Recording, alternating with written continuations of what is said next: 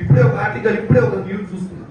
పవన్ కళ్యాణ్ గారు అంటే కూర్చొని చదువుతున్నా సరే, అవకాశం వచ్చింది, మీడియాతో మాట్లాడే అవకాశం లేదు కాబట్టి మీకు మీ సమస్యలు చెప్తున్నా కార్యకర్తలు.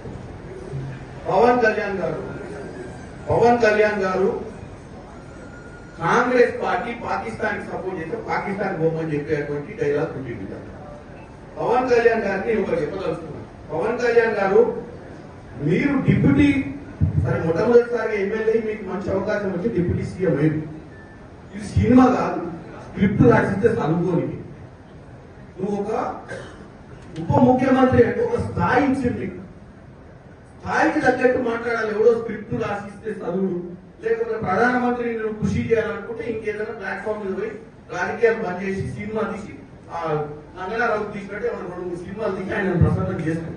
అంతే తప్ప నీకు ఒక అధికారమైన బాధ్యతలు ఇచ్చి ప్రజా సమస్యల మీద పోరాటం చేయాల్సినవి బాధ్యత లేకుండా కాంగ్రెస్ పార్టీ పాకిస్తాన్ లో సపోర్ట్ చేస్తుందని ఒక ప్రచారం చేసే ప్రయత్నం చేస్తున్నాం. కాంగ్రెస్ పార్టీ సెక్యులర్ గా ఈ దేశాన్ని కాపాడాలనుకుంటుంది. పాకిస్తాన్ ఇక్కడ ఉన్నటువంటి కుల మతాలకు అతీతంగా కాంగ్రెస్ పార్టీ అందరినీ ఒక పట్టున బతికేయాలనుకుంటుంది. పవన్ కళ్యాణ్ గారు, మీ నాయకుడు ఎవరైతే ప్రసన్నం చేస్తున్నారో నరేంద్ర మోడీ లెక్క కుల మతాల మధ్యన చిచ్చు పెట్టే ప్రయత్నం చేస్తలేదు. నీకు వాస్తవంగా నిలదీసే నరేంద్ర మోడీ ఎన్ని రోజులైంది? నలుగురు వచ్చి ముసుగురు కాల్చిపోతే నలుగురిని పట్టుకునే దమ్ము ధైర్యం లేక పిట్టగదా ఎప్పుడో తిరుగుతుంది. ఏం ఇంటెలిజెన్స్ నడుస్తుంది దేశంలో?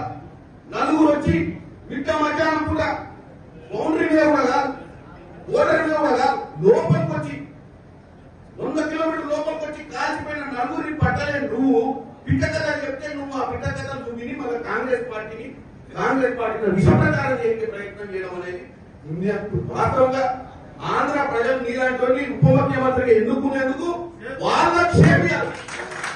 ఎందుకంటే నువ్వు ప్రజా సమస్యల మీద మాట్లాడాలి, పొలిటికల్ పార్టీని అటాక్ చేసి బేస్లెస్ గా మాట్లాడటం, ఎవరినో కృషి చేయడానికి ఈ దరిద్ర మాటలు మాట్లాడతాడు. పవన్ కళ్యాణ్ గారికి చెప్తున్నా.